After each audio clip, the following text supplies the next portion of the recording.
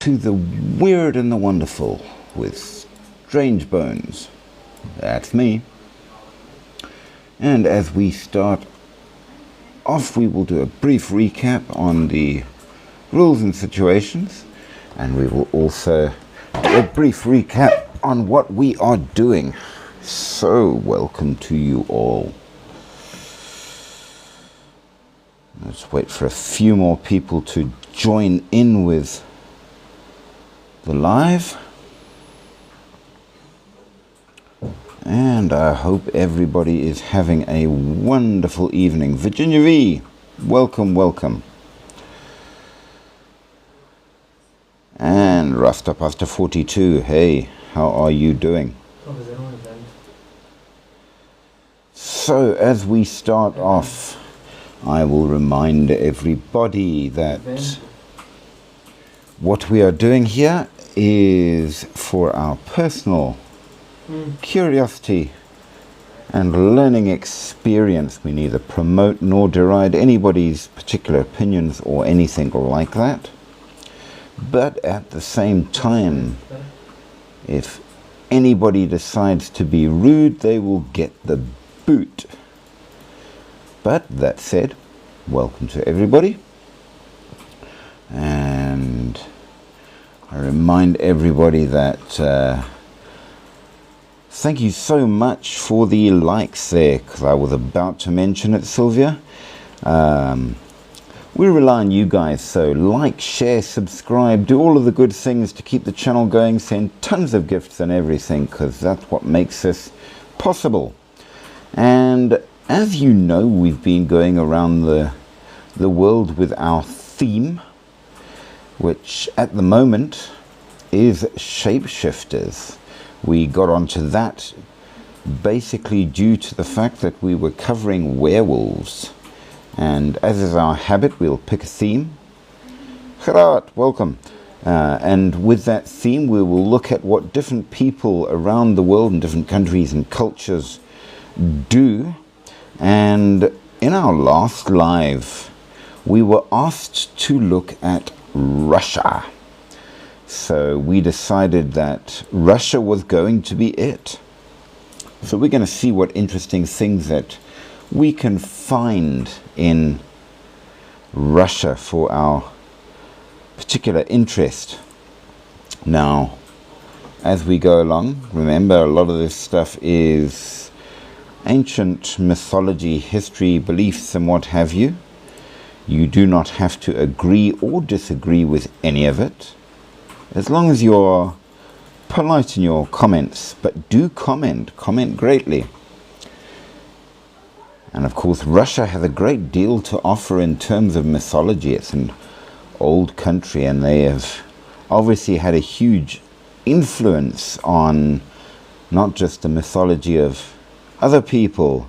MPL, welcome. Good to see you back.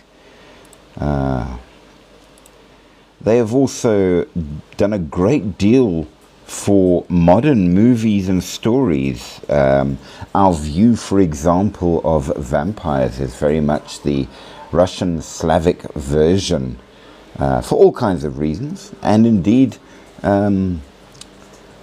werewolves as well have been heavily influenced in the modern world. The old versions were quite different, but nevertheless, it's an interesting one. So, we are doing shapeshifters from Russia, and to a certain degree, the Slavic peoples, which is an interesting one. Now, if anybody is Slavic or speaks any of them, I do warn you that my pronunciation is probably going to suck massively, because I'm not massively good at some of the words, but nevertheless we'll do our best, and you can have a good laugh in the background. Ivid and Ivin Zede, welcome. I hope you guys are enjoying. But yes, so in Russian folklore, you had quite a few different shapeshifters, and we do need to make a few points just to remind people. there's a big difference, if you will, between the different kinds of shapeshifters. Now, you had the divine or semi-divine creatures or peoples or beings, whatever they are, that can shift their shape, but in a way that's just part of them. I mean, I suppose if you're a god, you can do all kinds of things.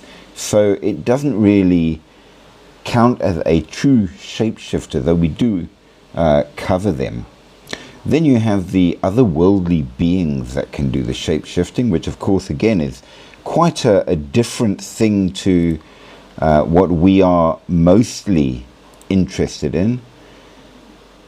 And there's user 89396210264112. Welcome, welcome, welcome. So our main interest, thank you very much, MPO. Our main interest is those who are human who can shapeshift, though we do look at all the others because it does link in and touch on the point. So as we progress along, we'll see you get a whole lot of different types.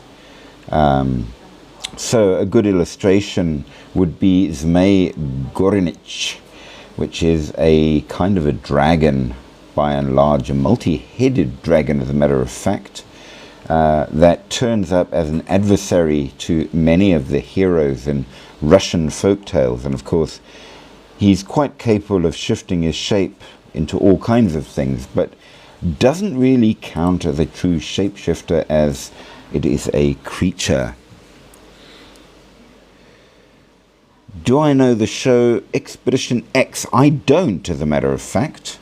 What is that about, Caleb? Give us a quick overview so that we can know what we're talking about. I must admit, guys, when it comes to movies and TV, I am generally fairly awful. I don't know much, and I don't watch a lot of it. I'm more a reader than a TVer, if that makes any sense at all. So yeah, give us a bit of a background there. He may very well be typing up an answer, and while he is, let's move on quickly. We'll jump back to him, and here we go. Expedition Unknown, but Paranormal Monsters. That actually sounds pretty cool. You must tell us where we can watch it, because that sounds like something I would be interested in. Make a quick note of that, as a matter of fact. Always keep my notebook on hand for the good one.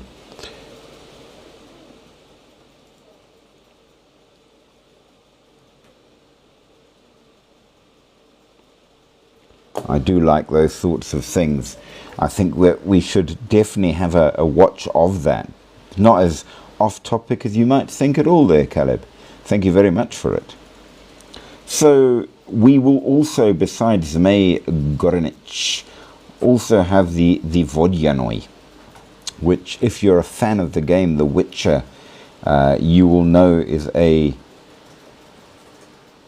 weird grey-skinned lumpy creature that generally tries to drag you into the water. They're also referred to as drowners.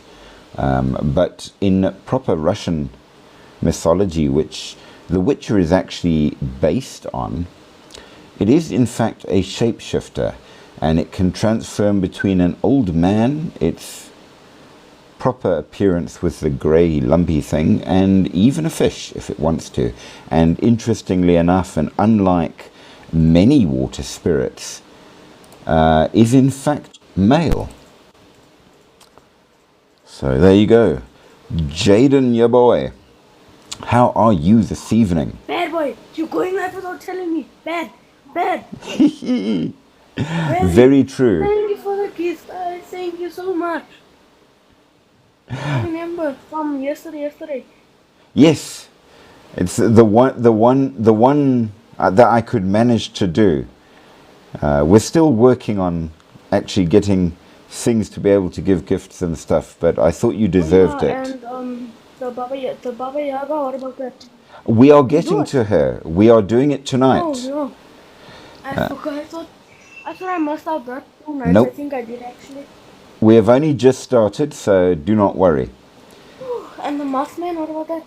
Mothmen do not come from Russian mythology, so we will have No, I to know. do that in That a comes different from, I think it's, American, North American. Yeah.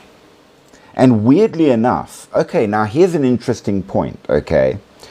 Most of your mythological type creatures and all of that come from very old mythology, from back in the day, which is interesting, of course. However, the Mothman is modern. He only turned up not that long ago, historically speaking. I believe in the 1800s sometime. So it's a new and interesting one. Yes, I do. Microsoft, we are playing a horror game over here. Hey, Jaden! Jinx! So Stop, Jaden! is Jinx your He's brother, at- Jaden? No, he's No, from Russia. I'm just friends with him. Ah, that's cool. Yeah, but he's from Russia actually. Yeah? Yeah, but he lives in England, so his accent kind of went from to hello, sir. So yeah. So, Jinx, what do you know about mythology? Nope. Mythology. Your microphone is. What do you mean by mythology? It's making hi. Well, you haven't been on What's this channel before, so we look at things that Oh are yes. supernatural heavy. Yeah. Hmm. I don't remember the name. I study ghosts. Okay, well, nevertheless, if you have Russian ancestry, this one's for you, seeing they're doing Russia. Oh, I Yes. am Russian. There I'm you Russian. go. So we've been talking about the Vodyanoi and Zmei Goranich.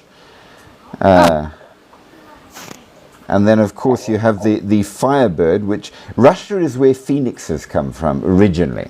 Oh, the Phoenix, I know what that is. Zmei Gornich. Oh yeah, it's like this famous tale from Russia. Is indeed. But of course, they're not Isn't our my main microphone- is interest. my microphone echoing? Not to me at the moment. Okay. Yo, Jinx. You're at 67 followers. I mean, you're following 67 people. You know what that means? Now, what we are more Yo, interested in our checking out of shapeshifters, of course, we started this, as you remember, Jaden, with werewolves. And our main interests are people that can shapeshift, which does, of course, include werewolves. Yeah, that is scary. Yes, Oh, yeah, today was and my birthday. yes, it was, you mentioned. Happy birthday to you, Jaden. Did you have a good one? No, I got no cake. I feel nothing for you because I'm not allowed to eat cake. Why? I'm That's torture. diabetic. I'm reporting. What? Yeah, I'm diabetic, so nothing with sugar for me at all. Sadly. My brother.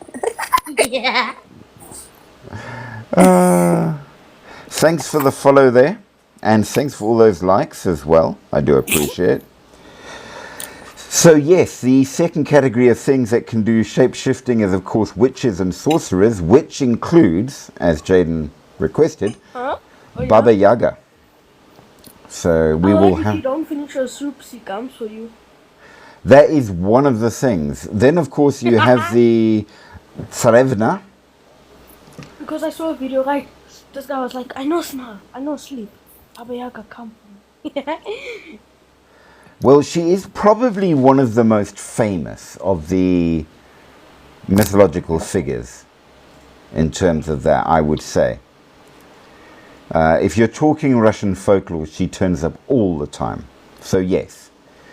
And of course, we've actually encountered the Tsarevna before, but we will What? touch upon it. Tsarevna. What's that? No, I don't know. It's a princess who was... She's level 6.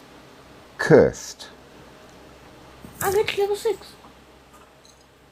Level 6? In the flower fan club. Okay, cool. Nice.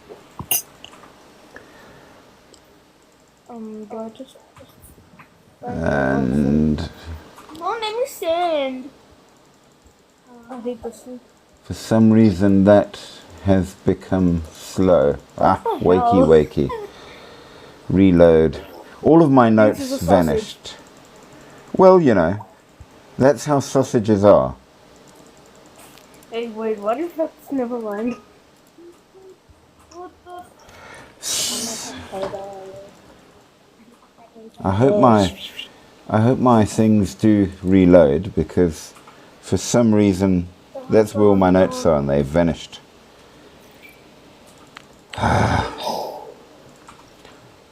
That is deeply upsetting. What? Well, my notes on all of the places to go to have decided to disappear. Huh? How? I don't know. But it makes it very difficult to do anything if it doesn't want to load anything. No, what the hell can that happen? I don't know. There's- The internet is playing silly buggers for some reason. But we will do what we can. So shapeshifters in Slavic folk, yes. Because Tomorrow my father has to go at 10 o'clock for a meeting. He has to give him 3 stock so he can get a payment of 600,000 rand. okay, that sounds alright. You know what you should do? You should make like a show and talk about ghosts and all. That'll be fun. There you go. Now, Caleb just pointed out that Baba Yaga turned up in Hellboy, one of the Hellboy movies, and that is quite correct. And in that movie, she managed to lose an eye, and there's a reason behind the specific thing. So we will touch on that, because it did come up. So in Slavic folklore, shapeshifters are quite important for varying reasons in the original mythology, at the very least.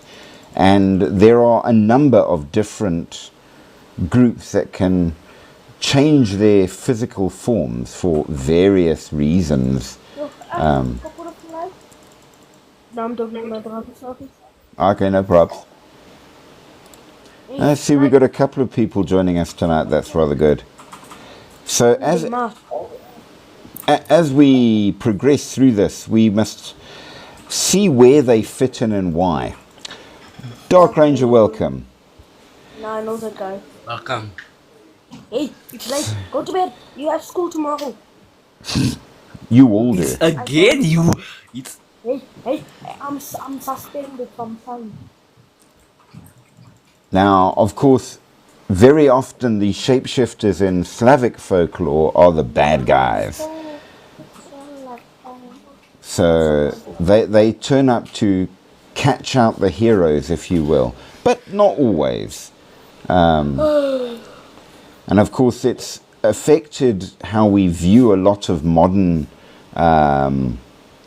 mythology, because Someone gifted, I think. yes, they did. Mickey Mew Kirigaya sent a rose. Much thanks for that. Do appreciate. But yeah, they give us different themes, because transformation, by and large, tells us that the way things are not always what they appear, and mystery is one of the big deals in Slavic folklore. So it either is there to trick a hero, or it is there to aid a hero, or it's a punishment. What are you beating there? My phone case. Am I too close? So one of these things, as we said, was the famous story about the princess that was turned into a frog by a sorcerer. And the idea behind this is in fact one of the original stories that eventually came out as The Princess and the Frog in other cultures. So it started in Russia, yes. And of course in the specific story, only true love can break the spell, etc., etc. But in this case it was a punishment on the person rather than voluntary. Now remember we said that when it comes to shapeshifters you've got 4 different types. So among the You're good with everything, right? So you could like make a whole new channel, but like, you know how you told us all the stories about the happy endings, but there's like a darker story to it. yes, very much so. Yeah, you should do that. Well, we will definitely get to that. There's a lot of things we're going to be covering as we go along, and different themes, different Because you times. told us the one about the one with the lady, what's her name, with the fins as feet. The mermaid, Little Mermaid. Yeah. Yes, Then where she walked and it felt like hot glass. yes. Blah blah blah. Most mythology that we Look get who joined! is Look who joined! Ask for my name. What's your name? yes. Get it. Welcome, welcome. Ask for my name and never gives their name. They come and they watch, but they are well known. For my name. So yes, good evening. I hope that you are in fine and fabulous form. Thanks here for the shares, Jen. Ask for my name doesn't remember me. They don't even know me. It's fine. I will repay you. I said, yes. So we found that you can shapeshift yourself. You can be shapeshifted by another person. You can be born as a shapeshifter, or it can be that it's done to you by a deity of some Baba kind. Yaga. The topic is Baba Yaga or something. Well, Russian shapeshifters is the overall topic. But what happened to your teeth? Not yours, but from this dude. So, It's like all pointy and wait. Okay, my teeth. Huh? Okay, yeah, my teeth. God, the peer review. So, another story, you have a voluntary transformation, which is a witch transforming. But in her case, it's into a particularly beautiful woman in order to deceive other people, which again is kind of a cultural warning in that regard. And this is a theme you get in a lot of stories, of course, moral lessons. But lots of different creatures can shapeshift in Slavic mythology. The most famous, of course, because that's where we get a lot of our... Yes. I found a serious song that I wanted to show you actually.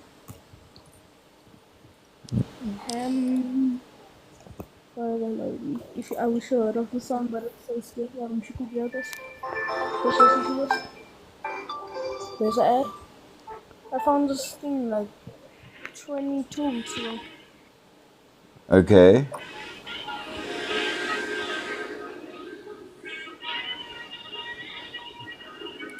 This is people's songs that they actually like. Okay.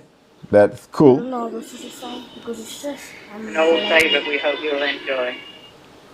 Nevertheless... Okay, whoa, that's a bit loud.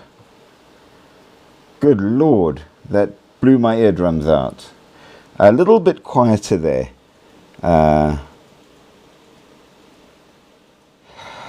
That's actually an interesting thing. So, Ask for My Name has pointed out a very interesting point.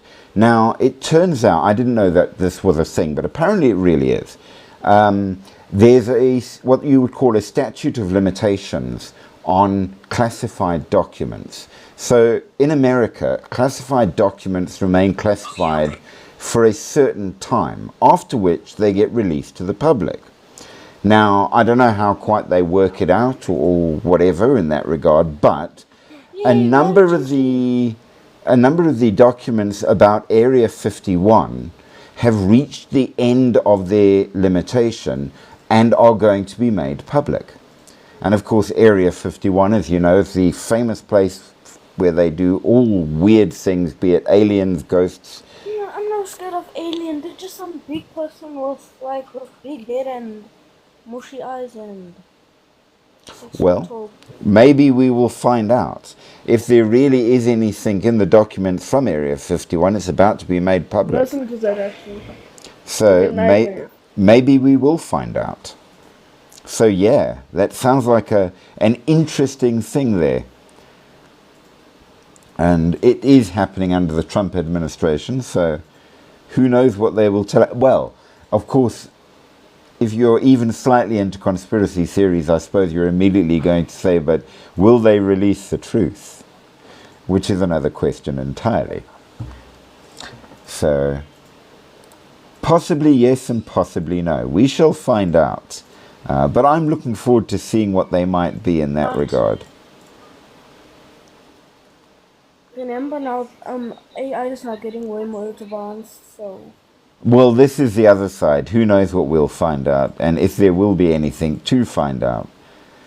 So, now apparently we've got 2 more people that want to join on the live. I'm just going to double check and see who they are. Assuming my thing responds, we'll drop a couple of invites just for the good of it. How many are there? There are 3 people. Oh. Not too many. If they wish to, they may. If not, they don't have to. Yeah. So we shall find out. Now, as we are going along, the most famous of all shapeshifters, of course, which comes from Slavic mythology, is the werewolf. So we've absolutely got that. Witches commonly can shapeshift in Russian mythology, as do a number of the goddesses. Veles, who is an important Russian deity in the old religion. So different creatures, for good and for evil, dependent on, and of course the most legendary shapeshifter of all is Baba Yaga. Now, what's interesting about Baba Yaga... I'm gonna leave, and I'm gonna join. Okay, no problemo. We shall await you. My microphone is glitching. Cool. So Baba Yaga is interesting because sometimes she's good and sometimes she's bad. It varies. And there doesn't seem to be any specific rhyme nor reason as to why she changes. She does it because she can. Now, interestingly enough, as you know in the mythology, hey heart, how are you doing? I hope you're in fine and fabulous form. And do be welcome, do be welcome. And ... So yeah, now what makes her particularly interesting is that, as you know, her hut is the little hut on chicken feet that runs around. Now, where do you get that from? And the answer is actually quite interesting. In traditional Russian life, I suppose, you have what is called a Karnel house. And basically it's where you would keep deceased bodies, and they're usually out... I'm here! Welcome back. They're usually out on a marshy area away from the town. Apparently there's a lot of marshy areas around where people live in Russia. And then what they do, they're on stilts. So her house is modeled literally on the place where dead bodies were taken. And that's why it's always got the fence of skulls and things like that. Yeah, Jaden, your mic is definitely going weird there.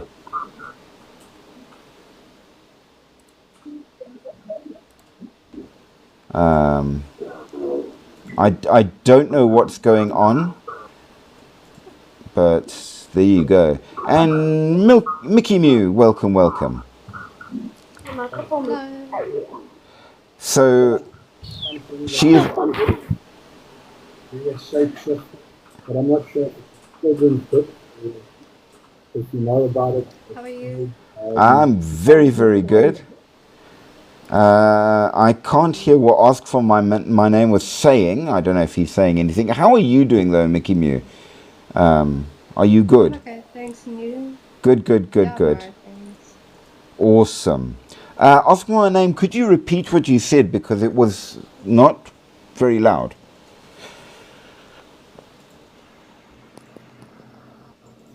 I was talking about a genie. A genie is a shapeshifter. I'm just not sure if a genie is a children's story.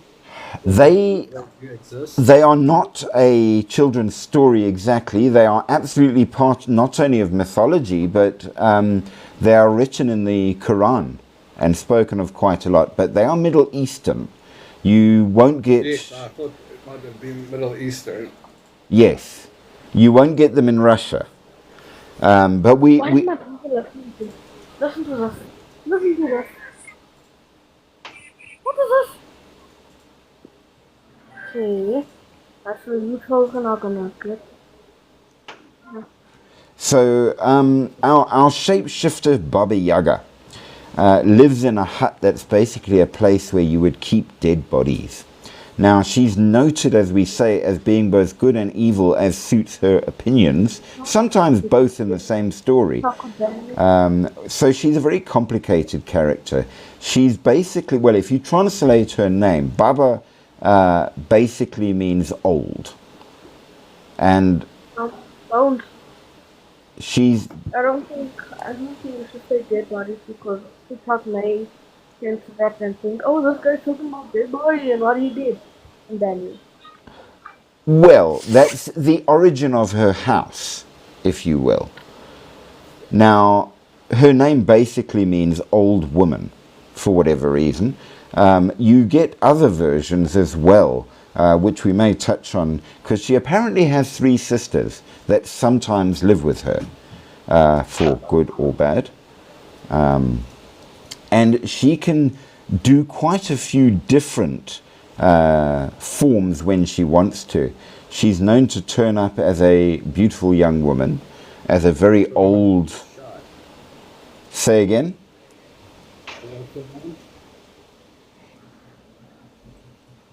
She can be shy, but no, I don't know if it's shy or just very mysterious in her case. I'm asking you about her name. Baba Yaga, old woman.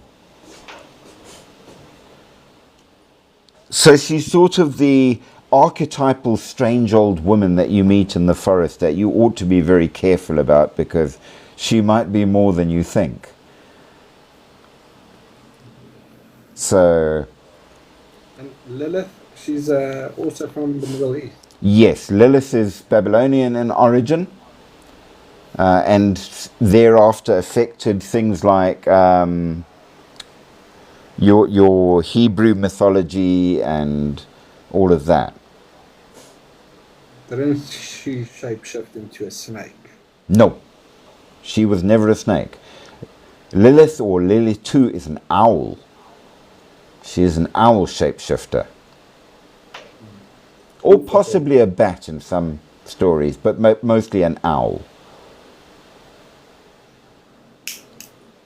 A bat. She's a vampire. Yes and no. Kind of. Mostly she's known for slaughtering children, which is not particularly nice. But because of what was done to her, it drove her mad, and then she did awful things thereafter. But a lot of it might very well be actually later propaganda. So, for example, to give you an idea of what I mean by later propaganda, as you know, witches are known to worship Satan. And that was one of the big things in the witch trials in the Middle Ages. But by and large, none of that is true, because Satanism only came into different countries when Christianity did, because it comes from Christian religion. So they couldn't have. Satanism and Satan comes from Christian religion. Okay. If The there's way I know Lilith is she was made out of clay, just like Adam. Yes, and she was okay, now you've got a mix of stories here. So Lilith originates in Babylonian mythology as the primordial woman, just as Adam is the primordial man. He was taken on into Jewish mythology in that way, but then for whatever reason they felt that Lilith shouldn't be there, and got removed because she said she was made equal to Adam and therefore wouldn't submit to him and be a proper servant like a woman should. And so Eve gets brought in. Or did she leave? No, she left, but then was cursed.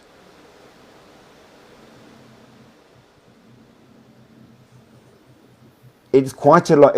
If we'll go and do Middle Eastern mythology, and I'll give you some of the creation background to it. There's a lot to it.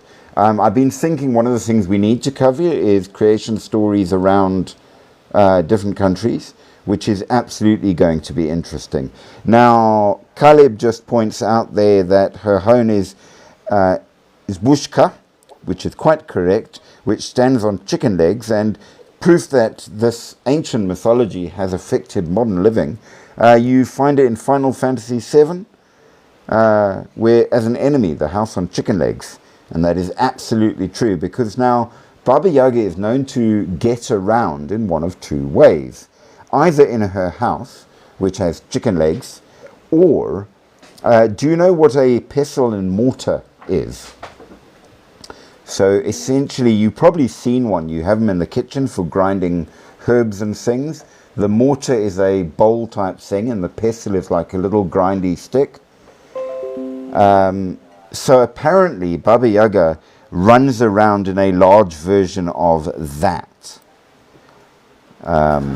Why is not clear, but she does. Now, sometimes she is there to assist the hero in his journey, and sometimes it's to halt the hero in his journey.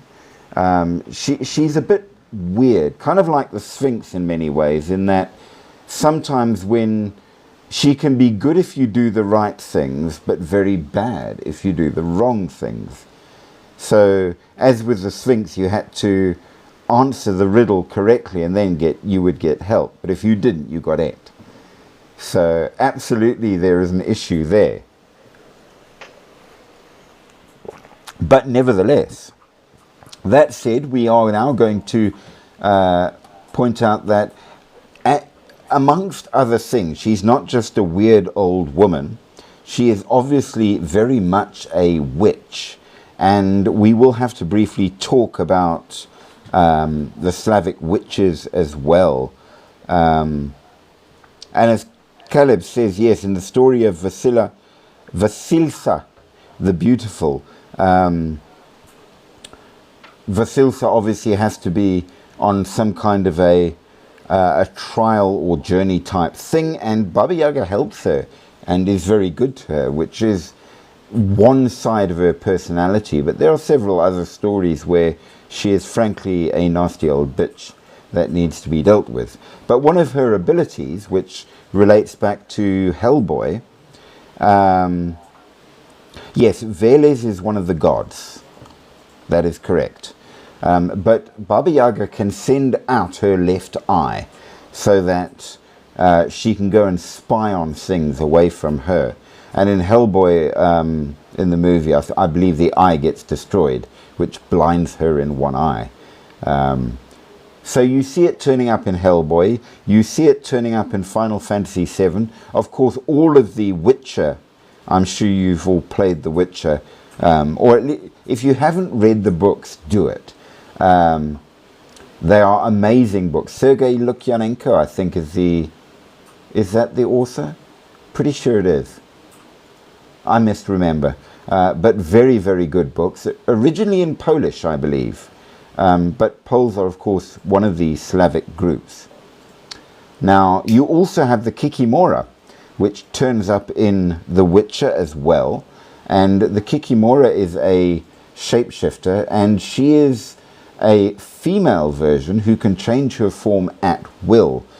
And even not only be a small creature to get away and hide and appear and what have you, she can be no more than a whispering sound. Now, her presence in the home reflects the nature of the household. So it's not just about the mischief type thing.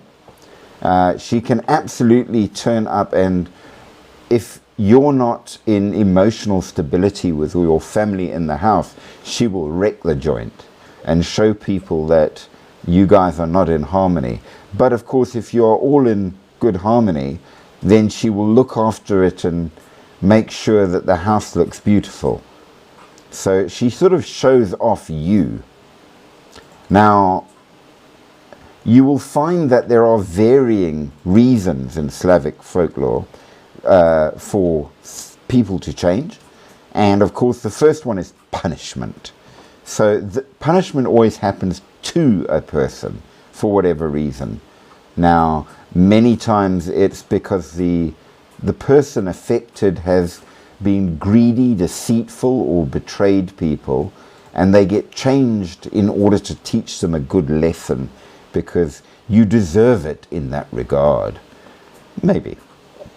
But the change, when it is punishment, obviously you now have no control over the punishment, which either is permanent or might be at inconvenient times with no control over the other form once you've changed. So in one story, a deceitful merchant was turned into a crow, because crows are known to scavenge and squawk, which shows the merchant's dishonest life.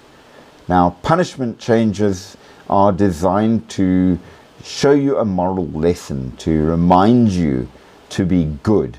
And of course, the transformed people have to endure all kinds of hardships to teach them a good lesson. So that will teach you that. Now, the second interesting one, which we haven't actually encountered, so maybe this is a fifth reason to change, is ill-advised wishes. Now, I'm sure you've heard the phrase, be careful what you wish for. Well, this is exactly that, yes. People who wanted power and more out of greed or whatever didn't think it through, and so they got exactly what they asked for, but not at all what they wanted. So when they wished to have huge strength and the fear of others, they got turned into a bear. They got their strength and people feared them, but of course, as a bear, they were then hunted by hunters.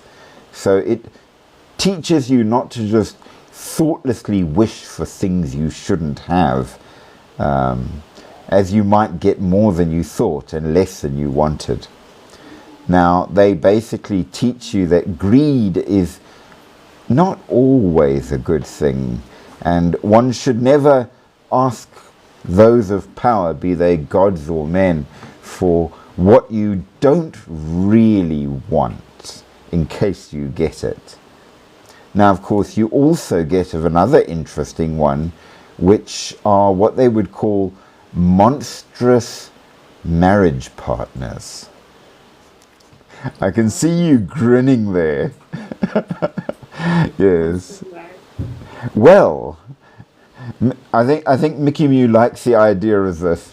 So, brides or grooms who actually have a secret form that is truly monstrous, and the hero or heroine innocently marries them, not realizing that they have a darker, horrific backstory to their lives. And of course, one of the most famous ones of all is the tale which turned up in Germanic folklore as well, the tale of Bluebeard. And I will say that it was straight up awful, and not even Disney could make that cute. Well, what happened? Well, so you have this beautiful young girl who's a little bit poor, and she gets courted by this very rich, very handsome man. And it seems wonderful. I mean, she'll be taken out of poverty, her family will be looked after, everything will be perfect. But this particular partner, Bluebeard, says that all I ask of you is never go into the room in the tower. MPL, that's such a kindness of you. I do thank you for that. But yes, so never go into that one room in the tower. That's all I ask. Anything else, if you want it, it's yours. Ask for it, I'll buy it for you. You want to go and get this or see that, it's yours. But of course, she agrees, naturally, and she starts living the most amazing life. But after a certain amount of time, you know, she starts thinking, but what is in the room in the tower? And eventually he comes to her the one day and says, listen, I've got to go on a trip. It's very, very important. I'm going to be away for a couple of weeks. Look after yourself. Here's a huge ton of money. So do what you like. Have fun. I'll see you then. And off he goes. And she thinks, hey, you know, while he's gone, a little look couldn't hurt, could it? So she goes and she finds the key, which she had figured out where it was, and she opens the door to the room in the tower, and it's filled with his the corpses of his ex-wives, all laid out. Curiosity killed the lot of them, and he was a serial killer. And as she's standing there horrified, he had come back to fetch something or another, and he finds her in the room. And the story ends with him standing there saying, you could have had everything, but you didn't listen. And he closes the door. Not even Disney can fix that one. You can't make that pretty. No.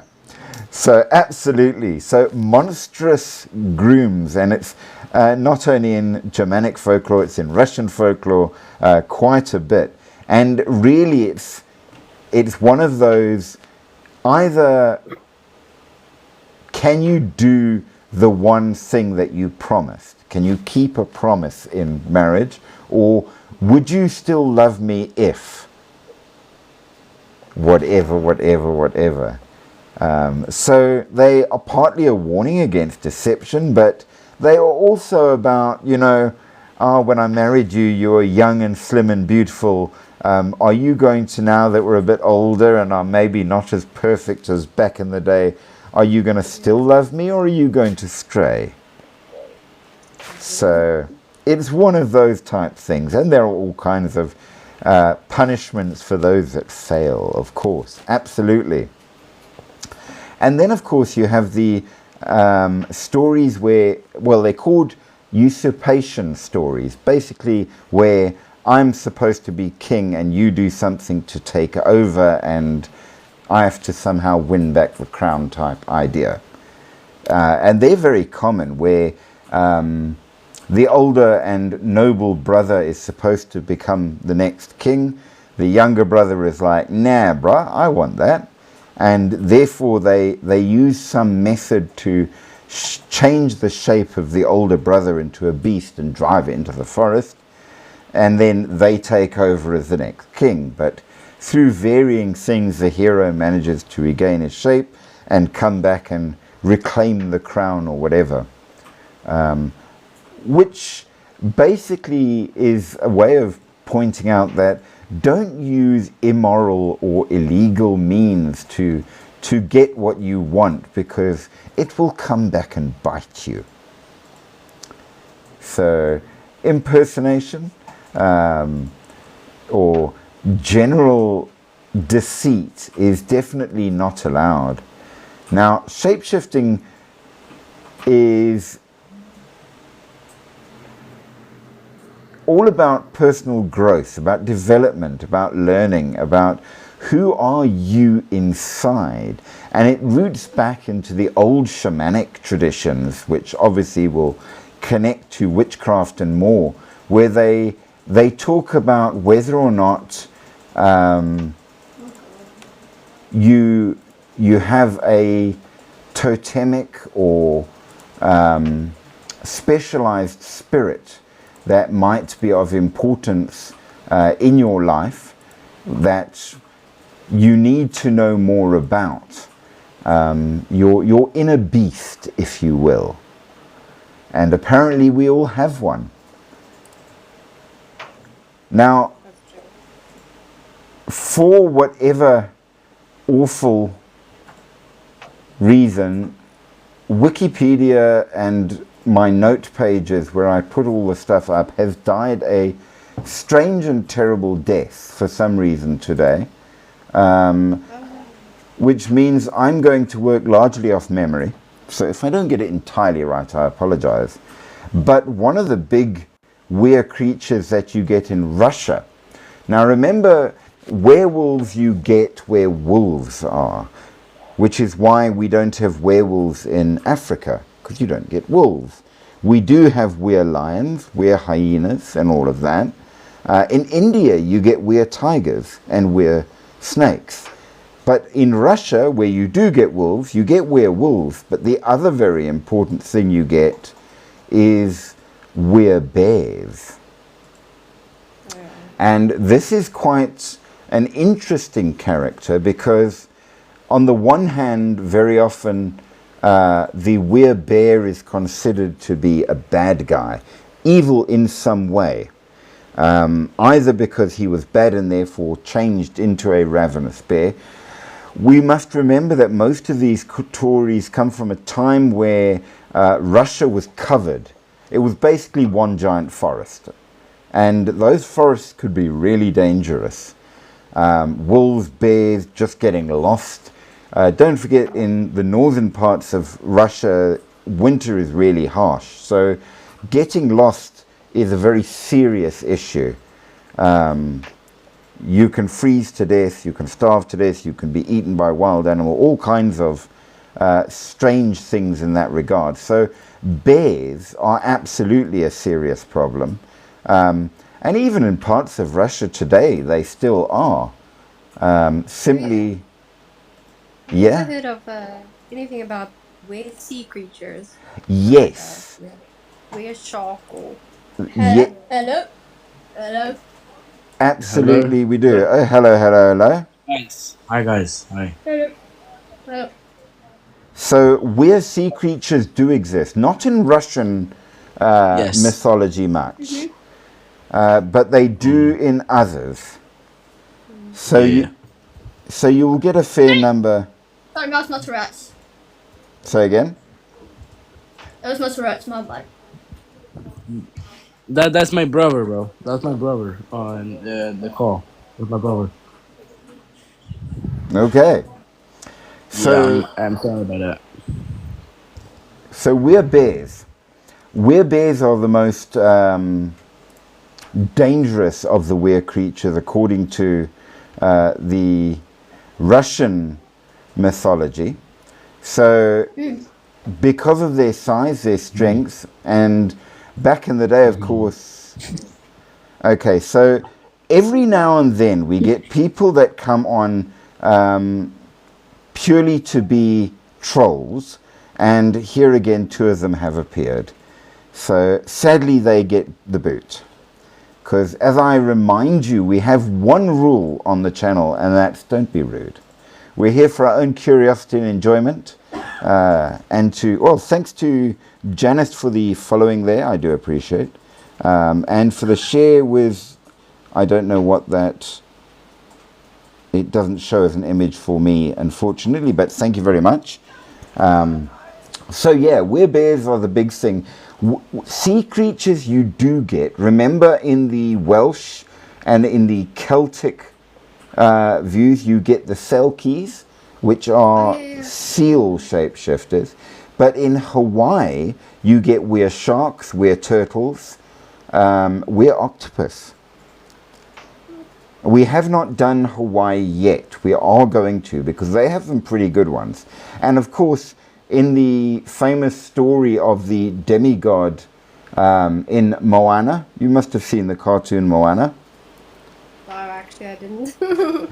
Well, it's actually based on true mythology, and they were pretty close to it. They were accurate to it to a fair degree. And the trickster god, he was a person who became a god. So he's a demigod, not a original immortal. And he could shapeshift into all kinds of different shapes through the power of his magic fishhook, which he managed to get from, I think he stole it from one of the original goddesses, and it became his symbol. And that carved fishhook is actually kind of like people wear a crucifix if they're Christian. In the Hawaiian Islands, many people will wear that in honor of the original demigod, who is part of their religious backstory and what have you. So the story of Moana was based on real Hawaiian stories. You should watch it then. Yes, it was just made a bit more fun and made into a fairly good movie, I will say. I cannot for the life of me remember the name of that demigod now. All I can remember is him prancing around singing "You're Welcome." But interestingly enough, he was actually physically modeled on the dad of Dwayne the Rock Johnson. Yes, I've seen clips of the movies. I can picture it. Yeah. Was it Dwayne? I think it was Dwayne the Rock. Or was it Jason? No, it was Jason Momoa. My mistake. His dad, who was a wrestler in traditional Hawaiian wrestling. So they modeled the image of the demigod on his dad. Because he is Hawaiian. Jason Momoa, yes. He is Hawaiian. So there, a little bit of Disney information that's actually based on truth. So, yeah. So the werebears, of course, sometimes good, sometimes bad, sometimes heroes. But the main point in many of the sadder cases is that the person changed has no control while they're in bear form, which means they can sometimes do terrible things to their own families and loved ones, which causes them to have to run away because they then get hunted, etc., which usually is what the person that changed them intended as punishment in that regard, which is quite interesting. Now, of course, the other shapeshifter that you will get out of Slavic mythology is, of course, the vampire. Now, they do count because while they are dead, they are still once human. So they have gained many powers and become shapeshifters, but they were human, which fits our criterion of what makes a true shapeshifter. These just had the added bonus of dead. But nevertheless, they are known to change into bats and wolves for the most part. And that, of course, gives us our link that we have in modern stories and movies, such as Underworld, between vampires and werewolves. Why are they linked? Because of this. And in fact, you know the movie Underworld?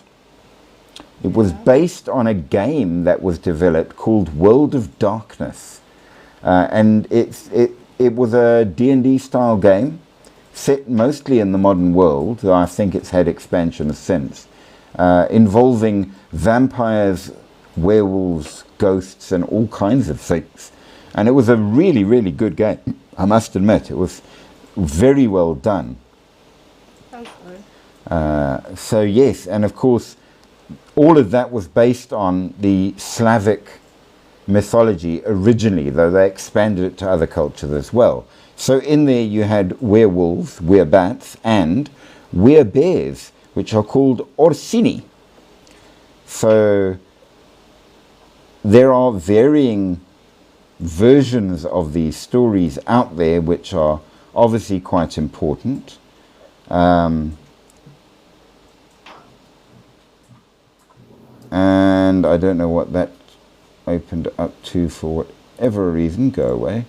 I'm going to attempt to close all of these things of notes that on our dead, so I am left with the ones that are working, on the grounds that there's no point in having open, because I was going to tell you more about Veles, but fortunately I do remember a certain amount of it. So Veles is one of the gods. Now we kind of don't count the gods in that regard, because one would assume, at least, if you are a god, you can absolutely change your shape if you are so moved, being a god. Whereas for a human to change, there's a lot more to it. It's different. So the next question, which came up in fact, not sure who asked it now. Was it you, asked for my name? Are shapeshifters good or evil? And this is an excellent question, of course. Oh, thanks for the share going there. I always preach likes, shares, and gifts, and all the rest of it, and follows and more. So huge thanks for that. Do appreciate. Now, the problem is, are shapeshifters good or evil? And the answer is, it depends. And what it mostly depends on is the reason that they became a shapeshifter in the first place. So, for example, in Irish mythology, there's an entire clan of werewolves, but they're all good. They're all decent, they look after you, they are very nice people in that regard, and in harsh winters they bring food to the poor. But they are born werewolves, so they can change when they want and they know how to do it. Whereas in many cases where it is a curse on the person, whether it's a curse from a deity or a curse from a witch, the person has no control in their changed form, and therefore very often will do what we would call bad things because they have no control.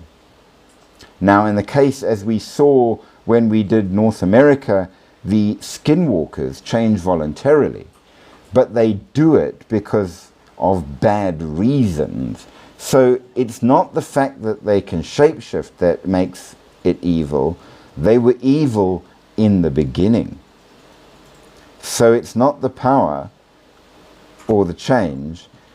Where do they get the power from? Doing very, very bad things.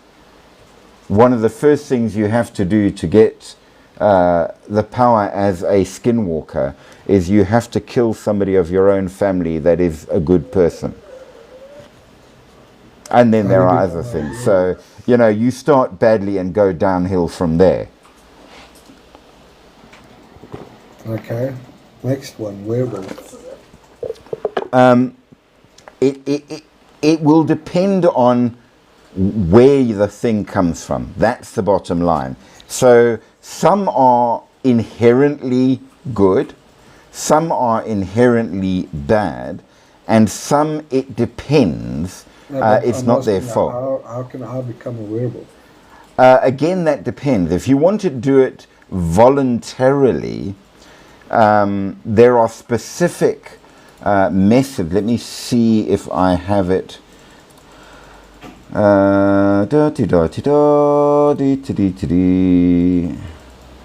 That's on the Leshy. We don't want the Leshy. Where's our methods of werewolfery? Hold on. Oh, Lord. They love putting one of these things up halfway through. While I've literally got people live on commenting, asking questions. They say, your live doesn't seem to be active. It's I don't know, it's strange. Now, I did have a list, and they all disappeared because... Oh, no, here it is. I managed to save that one. And so, how to become a shapeshifter or werewolf. Number one, be punished. So the original werewolf in Greek mythology was King Lycaon, which, as we know, is where we got the word lycanthropy from. But he was punished, and Zeus turned him into a wolf for his misdeeds. Sometimes it's a reward. So Athena turned Arachne into a spider because she felt insulted, which is bad. But then there was another one, I forget the names, the original names, where a woman was assaulted by her father, and the goddess turned her into an owl to protect her. So in that case, it was not a curse, but a blessing. But both of these are from outside. Then, of course, a curse. So if I curse you, so curses in that sense come from person to person. I can turn you into one. However, if such a thing happens again, you don't have any control, which is not good. However, if you want control, you get it either from innate magical ability or birth, or by learning the correct magic spell. And this is where you can voluntarily change with the right tools. And according to the most famous, it's either a skin, a magical skin that you must make or get, which you put on, or sometimes it's just a belt made of that animal's skin, which allows you to then transform whenever you put it on. Now, in many of the stories, the people that go to this great lengths to do so do it for kind of bad reasons, because very often you'll find in human form there are people who are weaker, smaller, skinny, not great warriors, but once transformed, of course, they become super strong, super fast, deadly predators. So when they want revenge on someone, they make this magical device in order to do that. So you would have to make a magical device if you want to be a werewolf with control. Now, innate ability, well, we don't have it as humans, so that's never a method for us, but certain creatures do. And of course, if you're born into a shape-shifting family, you can because, well, you can, which is kind of the point. Nevertheless, it seems by and large that unless it's a case where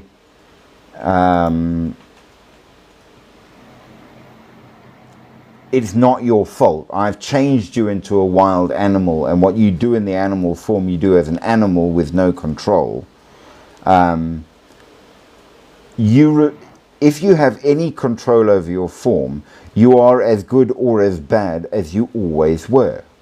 So it's not the shape-shifting that is good or bad. So it's you will already be one of the two. And if you do evil to get your power, then that's because you were evil already. So it's not the power, but the person. Which is true of a lot of things, I think. You can have a beast within. And of course, you can do it in varying ways, because as we saw from our Native American versions, sometimes it's a physical change of yourself. But sometimes it's not. It's when you take your own spiritual self and go into an animal and sort of ride the animal, if you will, controlling it. But that's not your body. And then afterwards you can come back to your own body. So yeah, there are different ways to become. And then of course you have what I suppose you could refer to as mind shifting, where physically you don't change, but your mind does. And in a sense, you become the spirit of that animal. Now, of course, in the Russian folklore, you have quite a few different creatures, which includes, for example, the Leshy, which is a forest spirit, but they are kind of humans as well, because you can become a Leshy. And they're basically a humanoid, even once they've become a Leshy, but you can change your size from as small as a blade of grass to taller than the trees, and you can take the shape of any animal or plant you so desire. But it can mimic people's voices. Most importantly, the ones that you know and love. So you can hear your mother calling you, come over here, and you go to see what she wants, and actually it's a Leshy, luring you off. And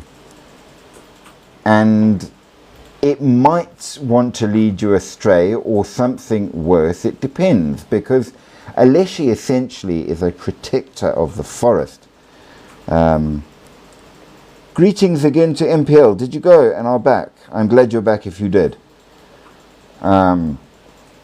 But if you mess with the forest, then you get the Leshy. But if you're good to the forest, it might aid you in some way. So they are not evil, but they are mischievous and they are protective. So respect the Leshy, or else. The next interesting one is the Vila. And a Vila is a beautiful, eternally young female spirit with blonde hair and eyes that flash like lightning. And they might appear just as a person, or they might appear with wings, dependent. They can shapeshift into horses, wolves, snakes, falcons, swans, pretty much any animal. They live in mountains, forests, and water, and can be very kind to humans, but sometimes they use their charm to lure men to their death, because they like to. You also have things like the Mara. Now, this is a lot nastier. She is not the pretty variety at all, but she is a she. She is a demonic female spirit with long claws and ugly face, who can change her size, not her shape. But she enters houses at night to attack people in their sleep. And she is, what do they call them? A chest sitter. Yes, I've seen paintings with the... Yes. So when you wake up gasping in the night because you couldn't breathe, that was one of these.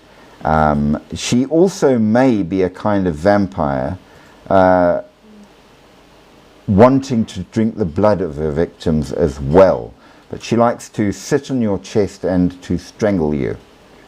But then you also have another number of other ones. Of course, you have the famous Domovic, or Domovoy, which is kind of like a brownie. It's a little gnome that lives in the house. And if you are polite to him and good to him and give him things, but not too much, he will look after the house for you. And if you are rude to him, he will wreck the joint, because he can. Oh. You also have another one which you will find in The Witcher, which we spoke of right at the beginning, the Vodyanoi, the water spirit, also known as a drowner. Some say they are the spirits or ghosts of drowned sailors, which might be true.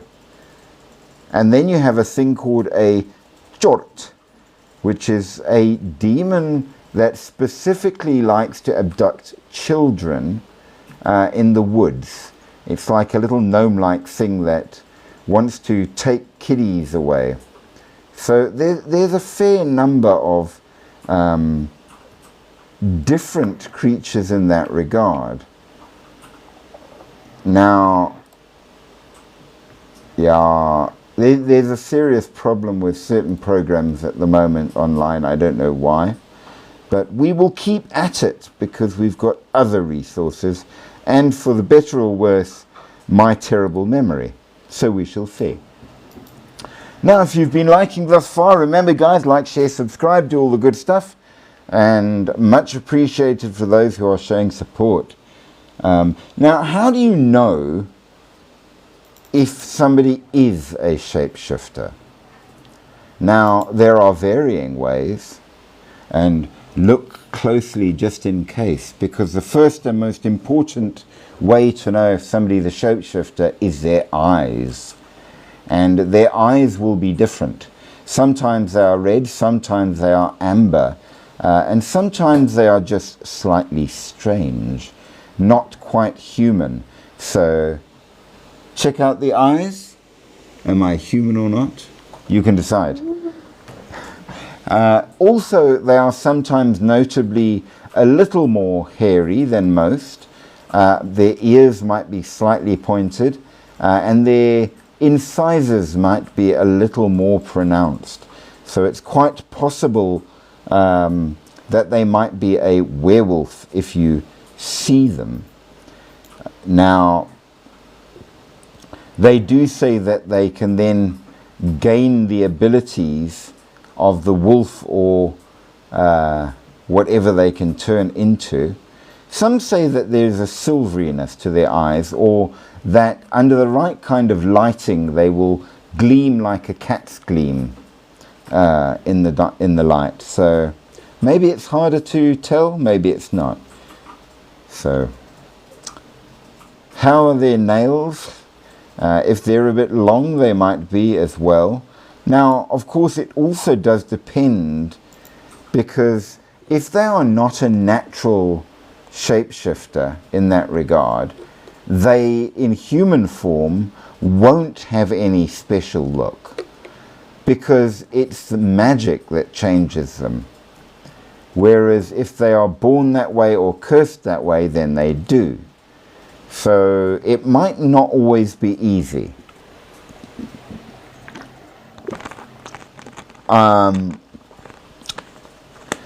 They are able to be born as a shifter, which implies, of course, that shapeshifters can absolutely have children, and do. And you can be a half shifter or a full shifter, dependent. Apparently, if both parents are shapeshifters, you have a lot more power than the others. And of course, they do say that you have a number of different abilities as a shapeshifter. This is very much a Slavic thing. So right off bat, shapeshifters can change shape, obviously, but they also heal faster and might not necessarily be harmed by just any weapon. Now, some say if you have cold iron as a weapon, it works. Some say it needs to be silver. Some say any weapon works if you coat it in wolfsbane, which is, of course, aconite. It's a plant. It's a real plant, so you can get wolfsbane. Some say that shapeshifters do have a telepathic link that they can use, which they can draw thoughts out from you and therefore mimic the voices of people. Is that true? Well, it turned up in the Supernatural episode on shapeshifters, mimicking Dean Winchester's voice, and I mean, everyone knows Supernatural knows everything, right? Such a good series, huh? It was good. It was not entirely accurate, but it was very good. We do know that they have superhuman strength, durability, speed, and agility. And in certain Russian stories, shapeshifters gather for reasons to party and connect, and they test each other out. And you're not considered to be a real werewolf if you can't jump a 2-story wall from a standing jump. So they're supposed to be pretty bouncy in that regard. So what are their weaknesses? Well, first of all, silver. They absolutely can be killed by a silver weapon because silver is the metal of the moon, and they are affected by the moon for whatever reason. Different stories around that. They say that you spot them by retinal flare, the eyes glowing in certain lights. Unlike the rest of us who have to have special tools and things to hurt a shapeshifter, any shapeshifter can automatically harm other shapeshifters and vampires and ghouls, which normally require special tools for us. So they are naturally able to affect them. Now, they are very susceptible to things like pepper spray because, like dogs, they have heightened senses which get impacted a lot harder. So they also are sensed, especially by animals. So if somebody has animals acting oddly around them, they might be a shapeshifter. So sometimes animals hate them and run away. Sometimes animals love them. And so if you have a pet that particularly doesn't care for people, suddenly friendly to a stranger, be careful of that stranger. Now, some stories say that shapeshifters are very susceptible to magic. Some say that they can learn and use it. Many say that if you definitely want to kill a shapeshifter, you have to decapitate it. But I'm pretty sure that works on a lot of things. It certainly would work on me. Do you need anything else? Well, if you can utterly destroy the shapeshifter, then you can kill it.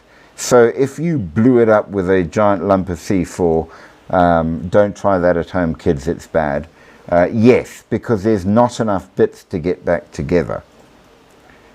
So in that regard, there is maybe some hope. Now, can we say that Baba Yaga is a proper shapeshifter like that? And the answer is no. And the reason being is, while she is a witch and looks like a person, she's not actually human. She's an ogress. So a female ogre who very often is known to steal, cook and eat her victims of varying varieties. She is a forest guardian in a way, a water guardian. All of her sisters are also known as Baba Yaga, old women. In her little forest hut, it's fenced, topped with human skulls. She can ride through the air either in her mortar, which she drives with a pestle, or in an iron kettle in some ways. She affects weather and all the rest. But at the end of the day, she is not human and therefore not a true shapeshifter like we think. Now, we did mention the Leshy, and the Leshy is usually a male, but sometimes you get female ones, and according to what they say, the female ones are far scarier than the male. Just be warned. Veles, as Caleb mentioned, is a Slavic god, and again also doesn't count because, after all, gods, we expect them to be able to do things. Devet, hi, and Daniel, hi, welcome, welcome, welcome. We're doing Russian shapeshifters. Now, we know that the most powerful god in the old stories, in the Slavic pantheon was Perun, and he was the god of thunder. And Velez, the shapeshifter, who is the god of magic and the underworld, is the arch enemy of Perun. And therefore, I suppose you can say he's the bad guy.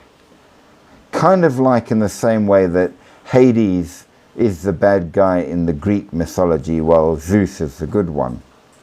But are there any other interesting things? Well, when I first looked at the modern mythology, your Kikimora is an insect creature, a ravenous spirit that is quite dangerous. And we saw that as well in the Witcher series. But originally, the Kikimora was more like a brownie, a little elf.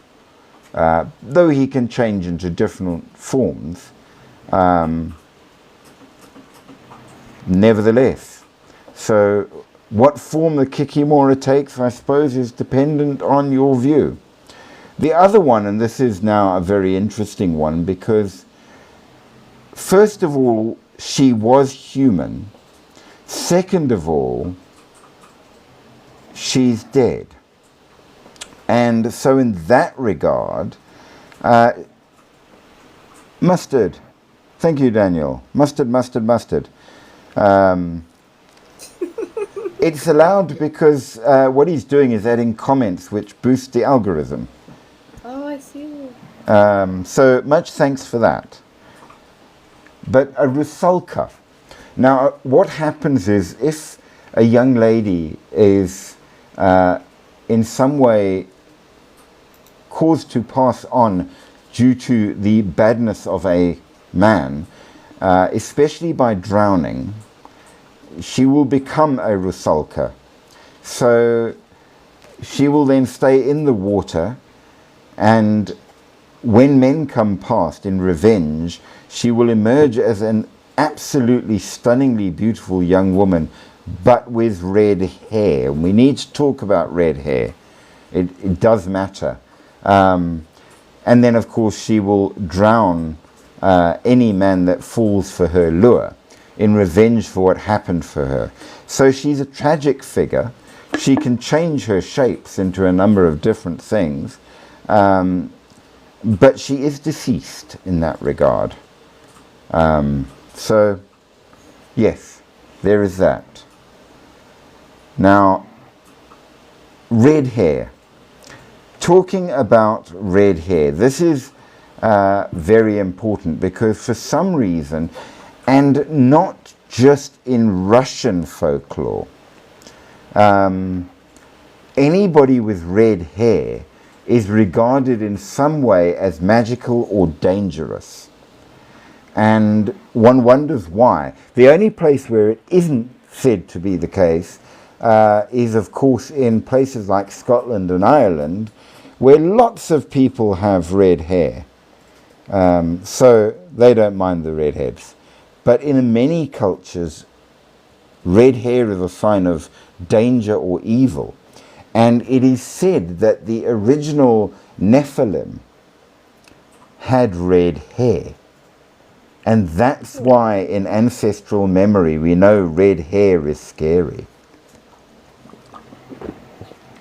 They also say that by and large the Nephilim looked like clowns. They had rather comical features, and that's why many of our clowns have red hair, and they don't follow the rules of proper society. They are somewhat barbaric and rather daft, but it's a memory of the evil and danger of the Nephilim. Is it true? Well, for that we would have to go back to Middle Eastern stories, and of course in that regard I'm afraid that it's the different area and different topic, but we will come to them. We will do the Middle East. I do promise you that. So lots of different things, but as we progress, let's talk further about Slavic witchcraft. What is it all about and how does it work? Is it any different to the modern view of what these things are? Well, unlike a great many shamanic practices, they do use verbal magic. Now, verbal magic is not common in traditional witchcraft unless it's through song and dance. The exceptions, by and large, are the Nordic people, who you have Galdr, which is spoken magic, and the Slavs, which have verbal magic. For the most part, other places either use meditative chants, drumming, or written stuff for magic. So words, yes, but not spoken so much, which is interesting. So it's different. We do know that they are absolutely shamanic in nature, and they not only will interact with ancestral spirits, but with other spirits of the world, the Domovoi, the Leshy, and more. And we know that is absolutely the case. They often are connected to healing, agriculture, protection, using elements like fire and water, and of course herbs of all kinds. And they can be very good. And of course the use of verbal magic is zagovori, which allows them to perform magic on people, objects, or in certain situations. But not just that, they have powers and rituals linked to seasonal cycles. So we see that, like the old idea of jumping the fire at Beltane absolutely echoes Slavic traditions as well. The idea of submerging objects in water to give them power, or making sacrifices to natural places. Having shrines with idols, icons, and offerings fits in with the idea of witchcraft that we've seen in a lot of Europe. But they do have two material types of magic, one which we know and one which is not so well known. Herbal magic, absolutely, both for healing, protection, and for the hallucinogenic effects, but we won't go there because it's not allowed. Do not be bad. But the very, very interesting one that they do have is cloth magic, using spinning, weaving, and embroidery to impart both beneficial and malevolent magic. So there is that. Now, there are varying forms of spells that were used that can bring in spirits to assist, such as spells with the Domovoi, which you can start by wearing festive attire and inviting the Domovoi into a home. But if they get out of hand, you can reverse it by banging on the wall 3 times with a broom. And there you see the first instance of brooms used in witchcraft, which is quite interesting. So you can also gain knowledge from spirits, and you can absolutely use your embroideries and things and your herbal powers to make love spells, which are quite popular and usually end badly, at least in the stories. Yes. So there is that. Now, Maybe the murder or something. well, yes, and there's a very interesting item known in witchcraft. One of the very common things that you will see a witch carrying is a particular ritual knife. And in one version of a story I read, in order to make the most powerful knife for you doing healing magic, it must first be used to kill someone, which is pretty harsh. But if you do, then you gain all kinds of healing abilities. But the knife has to be made in a very specific way, with a special handle, a special blade, and varying decorations that fit exactly too. And I'm not going to tell you how to do it, though I did find the way to do so, but I don't want anyone going out and trying it. Just in case. It seems worrying. Now, they also are people that absolutely would have books of magic. And amongst people, generally, they were the few people who could read. Most people, for a lot of history, couldn't read.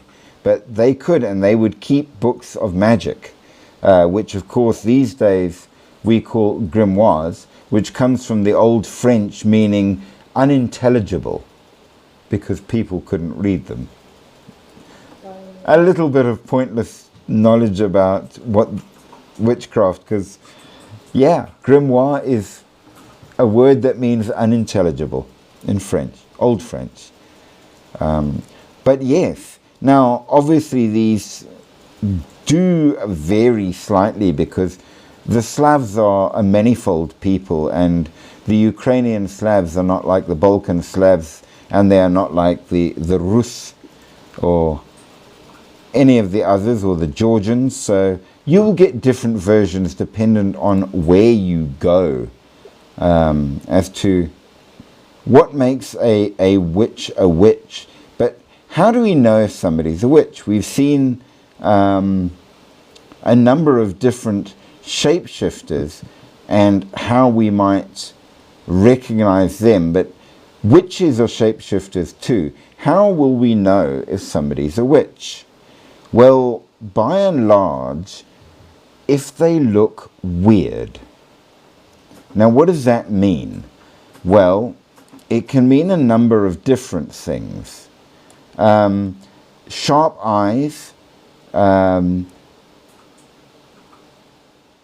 the fact that they tend to stare overly intensely at people, or they will wear their clothing a little odd, such as the belt on backwards, or something like that, where you can see they're almost normal but not quite. They would say if your eyebrows meet in the middle, so you've got a unibrow, then you're probably a witch. And had connections with the evil spirit. So, Mickey Mew, do you pluck? We're just checking. We're just checking there. I'm teasing, of course. But yes, that would be it. If your teeth had a weird shape, a number of witches were said to have a double set of teeth, which made the outer set a bit squiggly. Witches are always believed to dress in black and have a headscarf, possibly to hide horns, you never know. She might limp, she might spit suddenly. After sundown, you might take the form of a material object, so you can't be found after dark. So, by and large, in Polish culture and many of the other Slav cultures, witches were generally women. They were the ones that had the power. And of course, therefore, they were the ones which thereafter became the evil ones. But originally, it seemed that in original Slavic culture, women held an important place. And when Christianity came over, with it came the idea that women were supposed to be subservient to men. So they didn't like the fact that there were female leaders. So they had to demonize. So abnormal activities, abnormal looks, and varying other things that show you are touched by devils and demons. Anything. And of course, as you can probably imagine, if you stood out by being strong and speaking out at things, you're absolutely evil and should be burnt at the stake as a witch, because fragile egos and all that, fairly typical. That happened a lot all over Europe, I'm afraid, which was not very good. You'll be amazed at how many times women were the ones that were affected, and it was because men were basically scared of strong women. It's a sad fact. And of course, then it was said that they worshipped Satan and all the rest, which is dumb because, as I said earlier, Satan comes from Christianity, and they were not Christian.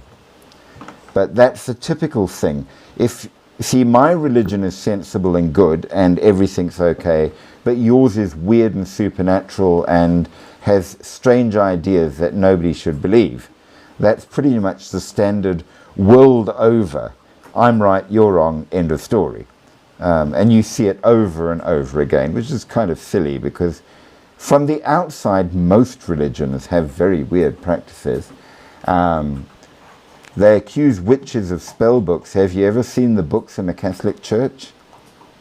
There's a lot of them, and they are exactly the same thing. I'm just saying. So, I remember there was a kid at school that told me that, remember, if I point a finger at you, there are 3 pointing back at me. And there's a lot of truth to that. It might be a kid's comment, but yeah, it is true. So there was a lot of demonizing of people in regards to this. So what sort of things did they use?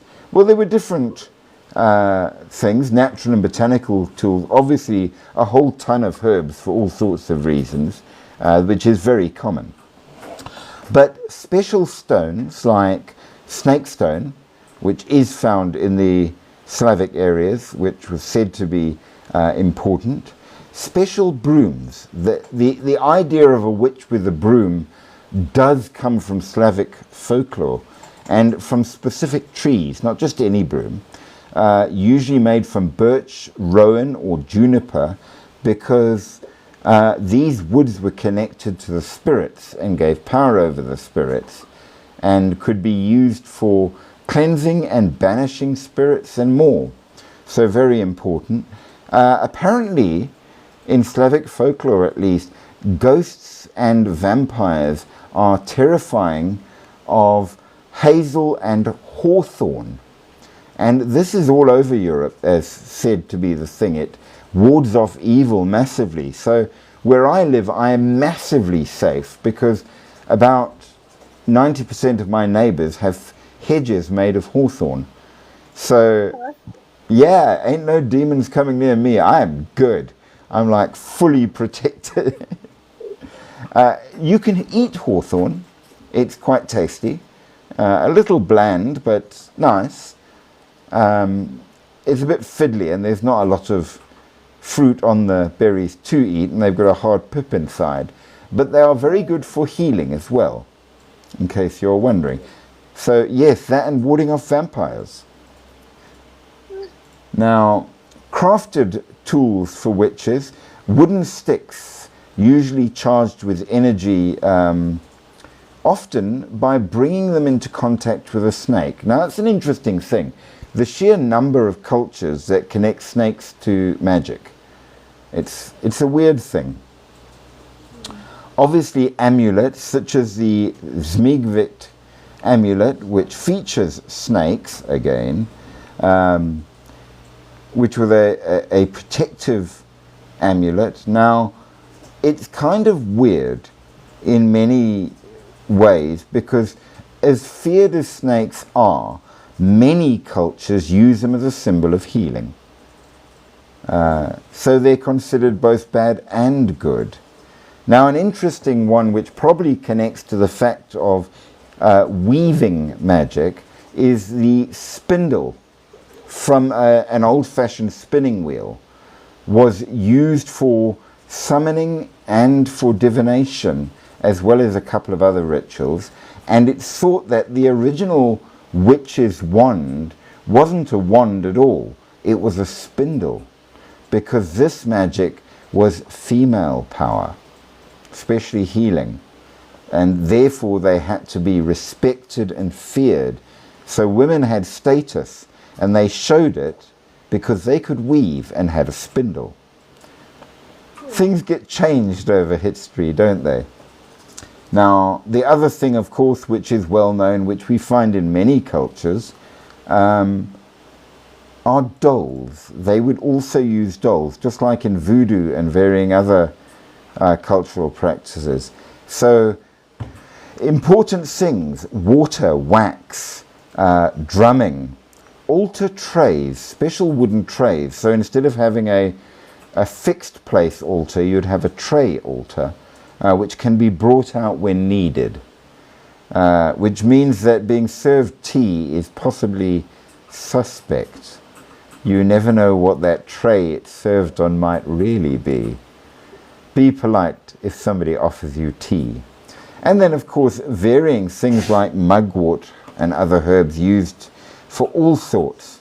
So you've got a lot of different tools and more that can be helped. Now, I did have a little more originally to share and tell, but I'm afraid that as for some reason my darling computer's connection to my notes crashed and I can't get it back, I have no more notes.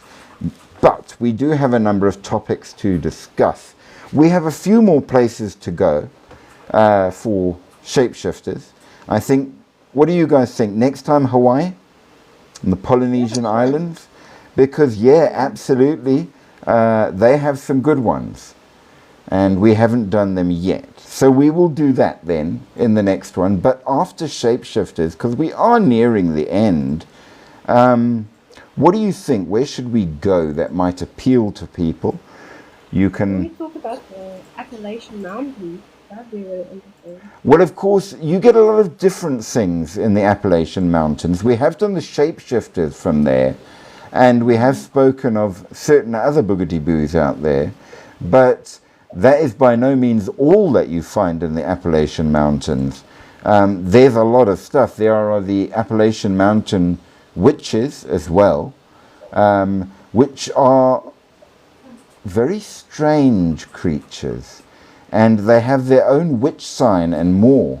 Then, of course, you have the really weird practice of sin eaters, which also comes from the Appalachian Mountains. So, yeah, there are some strange creatures out there, and we absolutely can go back and check out the other things there, and probably will. We also haven't spoken of elves and fairies, which are different all around the world. So we have to think about that as well.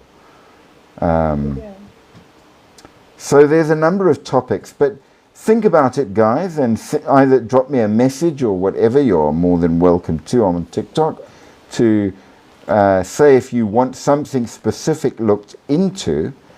We've done the tokolosh, which was pretty interesting, because basically a tokolosh is the African version of a skinwalker. Yeah. Which is kind of cool. No, not the skinwalker, the Wendigo. Sorry, my mistake. And a Wendigo is not a skinwalker. So, yeah, it does get technical, but nevertheless, it's interesting. And of course, they all eat people, so 6 of 1. But yes, there's a lot of things that we have covered, but a lot we haven't touched on yet. So, I don't know. Ask for my name. What is your favorite supernatural thing? He's gone very quiet there, and his mic is even on mute. I know he likes to listen, but doesn't always want to talk. And then, Mickey Mew, what do you say? Favorite supernatural creature that we might deep dive into?